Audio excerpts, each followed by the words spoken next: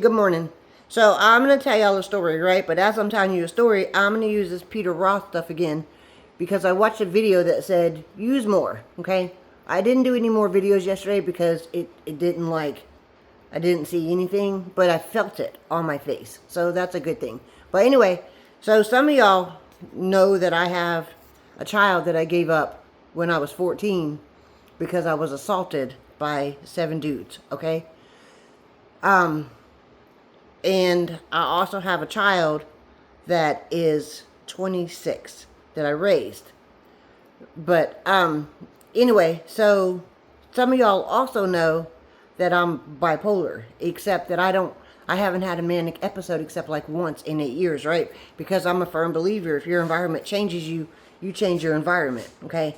And you can have manic episodes because your environment, because your situation is absolute garbage, right?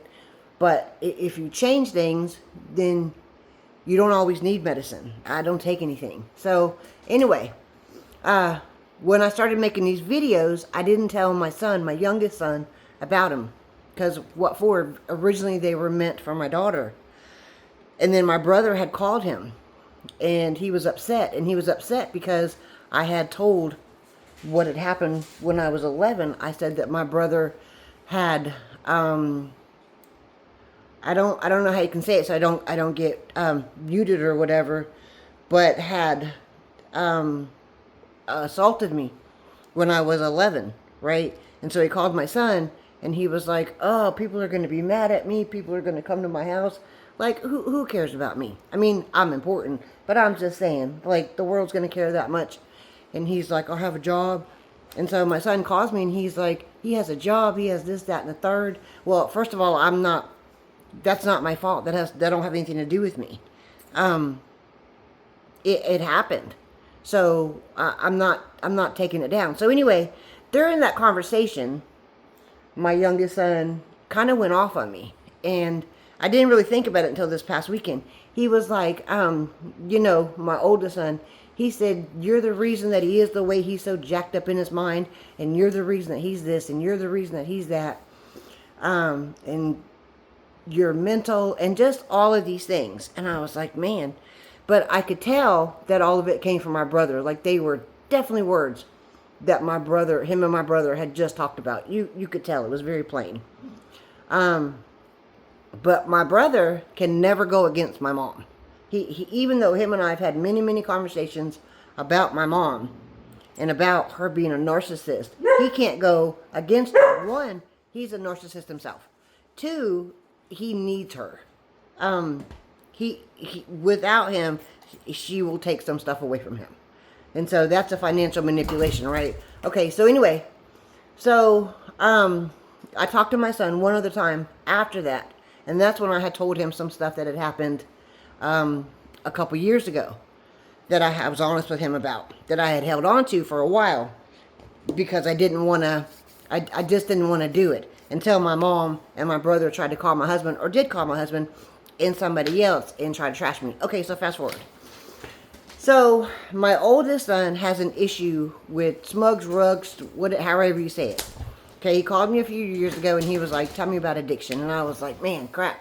So once you get that monkey on your back, in this family, you are going to have a heck of a time coming out of it. But you have to want to stop. You have to want to change everything. You got to kind of want to stop. So he's been battling that for a few years, on, off, on, off. But I've always known, even without them, he was a super angry person. He was angry for the family that he was raised in. And I get the impression that his mom was like my mom. And I say that because he'd be like, we'd go to church and this, that, and the third, and then we would come home and she would dog me out. It would just be, put it on my neck. It would just be a whole thing. And I was like, yeah, so that's a hard situation. So he stayed mad. He told me he was mad at me for not aborting him. And we can talk about that in another video, because I was 13 and things were different then. Am I glad I didn't abort him? Yeah, 100%. But anyway, so he's been mad all of his life about his upbringing. Okay, so I've always known this anger's been there. Well, through the years of him doing extracurricular activities, it's coming out. And his anger is coming out. And there is a psychosis happening. And I can't tell what's real and what's not with him. Where he's thinking that people are tapping his phone and his cameras and all this stuff. And so this has gotten progressively worse. Okay, so this past weekend, he went to jail. He went to jail, I guess, because he called the law on himself, but not like on himself, like he was trying to do something else. And they were watching him, and so they pulled him over. Here's the thing also. He was Baker acted twice. I guess somebody was trying to Baker act him, and then he voluntarily went to go do it. So when you get Baker acted, apparently you have to relinquish your firearms and for a year. And so he did. So when he got pulled over, he got a felony paraphernalia, which I don't know how you get a felony paraphernalia and not an actual, substance charge. That's got to be a lot, right? But anyway, and he also got a felony ammo because he had a shell in his truck, which he probably didn't even know was there. But they waited for him down the road after he called the law, and they were like, when they went and seen him, they was like, man, he's acting kind of weird. So they waited for him to leave, and then he did, and then they pulled him over. And he said he was on his way up here. I don't know if that's true or not, because I've offered him many, many times, come up here. If that's what's happening down there, let's just start over. Like, I definitely want to help you. Okay, so he called me from jail and asked me to get him out. And I told him no. And I told him it was because it was his own actions that got him there. That's not entirely true. Some of it is, but it's mostly because that was the safest place for him. It was the safest place for him to be at the time. I was going to call his public defender on Monday and see if I can plead on his behalf, because I can get him a bed up here in a rehab place that's also a mental illness place. And I can get him a bed like tomorrow, right? So that was my plan. And he kept calling, and he was mad. He was like, I'm 35 years old. I've never asked for help. At this point, you should just want to help me. And I was like, it's not that I don't want to help you. It's that this is where you need to be. So after all this happened, I was thinking about my younger son. And my husband and I were laying in bed last night, and he said, we haven't watched the kids not one time. And I said, no, I haven't even talked to him except one time since all this has happened. And we used to keep our grandbabies all the time. Like, my oldest grandbaby saved my husband. Like, he was at a dark point in his life, saved him. Well, anyway, okay, so, and then I told him last night, I was like, here's the thing. That conversation that I had with my son, I didn't even think too much about it until my oldest went to jail.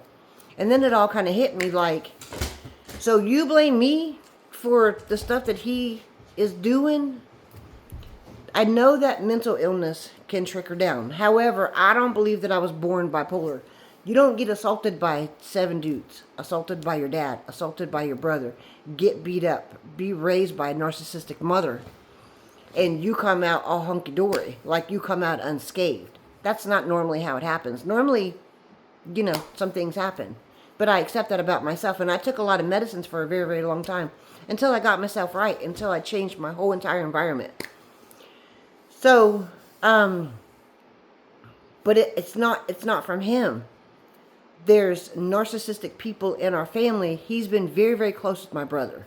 Like, that's been the dude that has been the most father figure to him.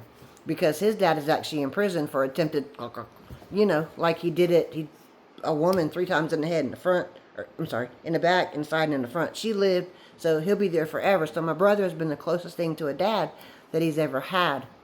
And so he respects him a lot. And I told him, I don't want to change that relationship. I'm not trying to change that relationship. Because he said, I don't even know if this is true, what my brother did to me. Because I kept trying to build a relationship with my brother. And I said, I can't tell you why I kept trying to build one, except that I kept trying to forgive him. But then the day I forgave him, I hung up the phone and I said, I love you. And I hung up the phone and I blocked him because I had forgiven him. Like, we're all done. But that doesn't mean it didn't happen, right? But this is how narcissists work. When they can't control you, what I told you, when they tried to control the outcome of my life by calling my husband, by calling somebody else in his family, then they want to control my son.